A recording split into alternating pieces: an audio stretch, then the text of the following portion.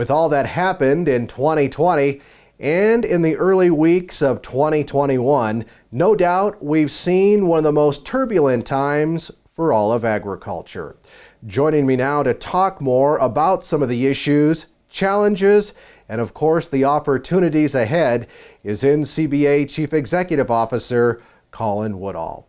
And Colin, first thing out of the chute today, there's officially a new president and a new administration in place. What challenges does that bring, and what does that mean for the NCBA team working in Washington, D.C.? Actually, what it means is we're going to have a tremendous number of opportunities to get started off on the right foot with President Biden and his new team. And that's the way that we have to look at it, especially given the fact that the Democratic Party controls all of Washington, D.C. right now. They have the White House, they have the House of Representatives, and they have the United States Senate. We have to make sure that we are working with all of them to educate them on who NCBA is, who we represent, what we stand for, and all of the issues that are important to us as cattle producers. We don't have the luxury to pick and choose whether or not they're Republicans or Democrats. We have to focus on who is there. And NCBA has always prided itself on being able to work on both sides of the aisle with both parties and in both houses of Congress to achieve our policy priorities. And we're taking that same approach now with President Biden and the new team in Congress. Matter of fact, we started this process not long after the election in meeting with President Biden's transition team.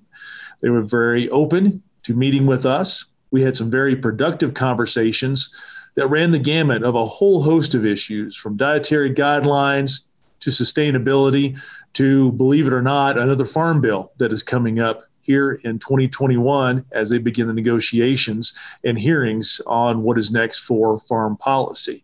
And we were very pleased with the reception that we received. It's also important to remember that we know the president. We knew him as vice president when he served under President Obama. We also knew him as a United States senator. So we have a long-standing relationship with President Biden. And when you look at his new team, he brought back a lot of familiar faces, namely Secretary of Agriculture Tom Vilsack, who of course was Secretary of Agriculture during the Obama administration. He knows us. We know him. And I think we know what to expect in dealing with him over the next 4 to 8 years. But there's also some additional members of his team that he's brought on board that we've been very pleased with. One is Catherine Tai. She is the nominee to be the U.S. Trade Representative. And given the importance of trade to our industry, this is a key part of any administration. Now, Ms. Tai has worked for the House Ways and Means Committee, so she knows trade issues. She also speaks Mandarin Chinese, which I think is going to come in very handy as we continue to hold the Chinese feet to the fire on all of the commitments that they have made regarding trade, especially trade of U.S. beef. And then over at EPA, one area where we always get a little nervous, regardless of administration, regardless of party, just given our track record with the EPA, we had a very good conversation with Michael Regan. He is the nominee to be the administrator of the EPA. He comes to us from North Carolina, and he was very receptive to the opportunity to talk to us, talk about our concerns, and has left the door wide open for more conversations. And that is a door that we intend to walk through, because our job in Washington, D.C. is to make new friends, and that's exactly what we are already doing. We'll do more so as we see more and more members of the Biden administration be confirmed and take their positions in Washington, D.C. Now we hear the Biden administration plans to focus more on issues like climate change as well as sustainability. Is this an opportunity, though, and how will NCBA work to respond? I see this as a great opportunity for NCBA and the cattle industry, because we know that sustainability and climate change is top of mind for the Biden administration. He has made it very clear, and many of his departments have already made it very clear. In fact, there were multiple memos that were put out by the transition team focused on climate change. So we can expect that we're going to hear about climate change day in, day out, not only at the White House, but also on Capitol Hill. But the good part of this is there is already a recognition among the USDA team and several at the White House and within President Biden's team that agriculture is not the enemy here, that we can be a part of the solution. And that's where NCBA comes in. I think for way too long, we have talked about sustainability more from a perspective of additional regulations and somebody else, that somebody else typically being the government, putting more layers of bureaucracy on us as producers or telling us what we have to do as producers. We're taking a much different approach with President Biden and his team. We're going in and talking about all of the great successes that we have had in being very effective, efficient, and responsible stewards of our natural resources, and doing so without being governed by EPA, by the White House, or by Congress. We did this because it was the right thing. Just think about the fact that we can produce the same amount of beef today as we did in 1977 with a third fewer cattle. That is very sustainable of us. And the EPA didn't tell us that we had to do that. So we're going to be able to showcase all the great work that we've already done and also talk about our commitment to improve and continue to improve, because that's what we have always done as an industry. And it is right because it makes financial sense, and it's right because it makes sense in managing the ever shrinking number of natural resources that we have. So we are definitely seeing this as an opportunity for us to showcase all the great work that we as cattle producers are doing in the realm of sustainability. Well, without question, Colin, the U.S. beef cattle industry has a tremendous amount of success stories to pass along to the Biden administration in the coming months and years ahead. But now more than ever, it seems NCBA members are going to be important to your work, not only in the strength of how many members, but with getting folks to get active. What can NCBA members, as well as producers out in the country, do to help the cause of the U.S. beef cattle industry? Well, everybody who's watching us right now tonight who has an interest in the cattle industry needs to be a member of NCBA, because we need to show the strength that this industry has. And more importantly, we need to speak with one voice, because as I said, we're going to have many opportunities with this administration, but I also believe that we're going to have quite a few challenges.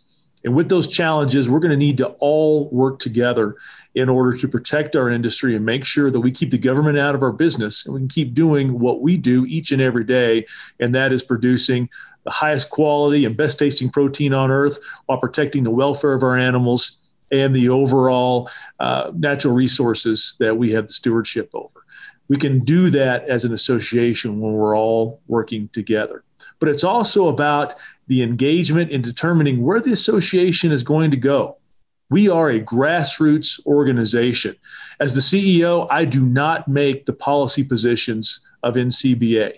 That comes from cattle producers who are a member of this association, who come together and work on our policies. That's what gives us so much strength as an association, and that's what gives us all of our power in Washington, D.C., is the fact that we are talking on behalf of our membership. We can go to Capitol Hill. We can go to the White House. We can talk about our position on any number of issues and be able to say that this came from the producers themselves, not from us as staff. And the only way that you have a chance to influence that is to become a member of the National Cattlemen's Beef Association. Get engaged with our policy process and make sure that your voice is heard, because we want to hear your voice, and your voice is extremely powerful in the way that our association is set up. As I said, we are truly a grassroots organization. We are led by volunteer leaders who are producers, and our policy is developed by producers. Again, that is what makes NCBA such a strong advocate for the U.S. cattle industry. So come join us, because there's a lot to do, and you're going to have a lot of opportunities to help chart the path of this association, not only the next 4 years, but many more years to come.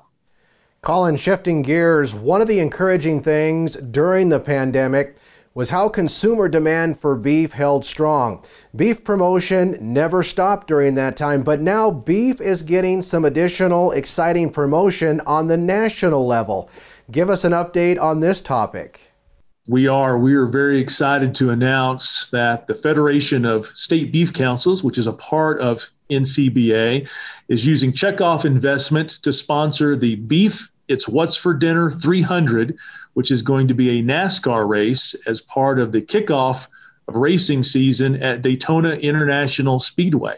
This is going to take place on Saturday, February the 13th. And we couldn't be more excited for the national exposure that this race is going to bring, not only to cattle producers, but to the Beef It's What's for Dinner brand.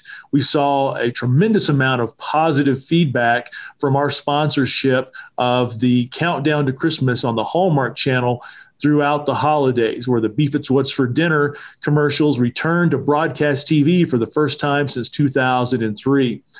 That really helped propel us to see that there's a lot of value in getting back on broadcast television, and to be a part of NASCAR and to be the sponsor, the Beef It's What's for Dinner 300, I think is just going to continue to refresh that Beef It's What's for Dinner brand in the minds of consumers and encourage more people to eat more beef more often.